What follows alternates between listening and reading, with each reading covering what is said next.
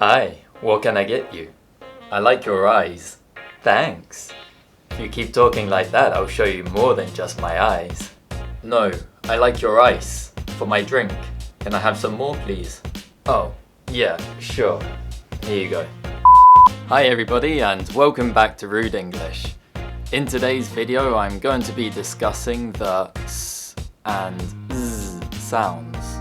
These are some of the most common sounds in the English language, and they share lots of minimal pairs and spelling combinations which can be confusing for students. So if you want to understand the difference between words like ice and eyes and improve your English pronunciation, then keep watching this video.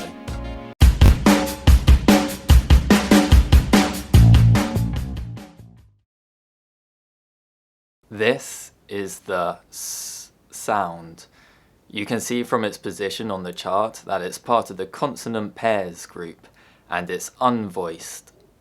Together with the other sounds on the same row, it forms the fricatives group, which are all produced by creating friction or turbulence between the air and the mouth. So, to produce this sound, place the tip of your tongue behind your front teeth, leaving a gap just big enough for air to pass through between your tongue and the roof of your mouth. Then, simply breathe out, forcing air between the small gap between your tongue and the roof of your mouth. S, s. The s sound is usually spelled with the letter S in words like seven, double S in lesson, SC in seen, SE in loose, C in decide, and CE in mice. It can also be spelt with the letter X in words like next, where it appears in combination with the K sound. Be careful. The letter S doesn't always produce the S sound. Some words of French origin contain the silent letter S, such as island and debris. This is the Z sound. You can see from its position on the chart that it's produced in the same way as the S sound, but it's voiced. So, partially close your mouth and place the tip of your tongue behind your front teeth, leaving a gap just small enough for air to pass through between your tongue and the roof of your mouth. Then, produce a sound from the back of your throat as you simultaneously force air through the gap between your tongue and the roof of your mouth. Z, z, z. The Z sound is usually spelt with the letter Z in words like crazy, double Z in puzzle, S in result, and SE in nose.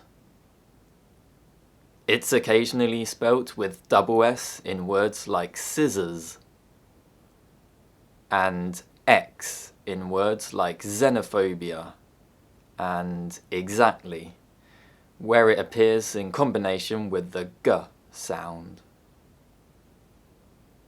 Let's look more closely at some examples now. Why does the letter S produce the S sound in sister, but the Z sound in resist? The letter S usually produces the Z sound when it appears between two voiced sounds. Why does the letter S produce the S sound in hats, but the Z sound in gloves? The plural letter S usually produces the S sound after voiceless consonants, and the Z sound after voiced consonants and vowels. Why does the letter S produce the is sound combination in houses.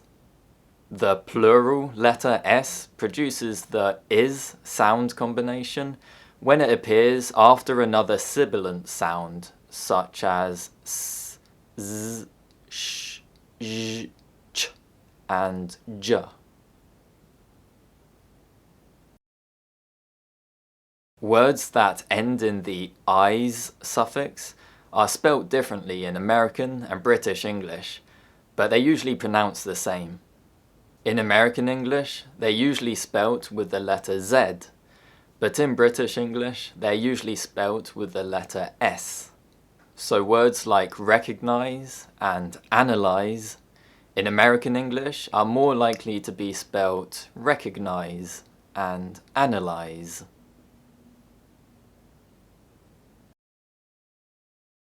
Hi, how can I help you?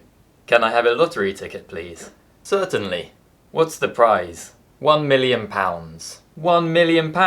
I can't afford that. I'll buy it somewhere else. Price and prize are a minimal pair.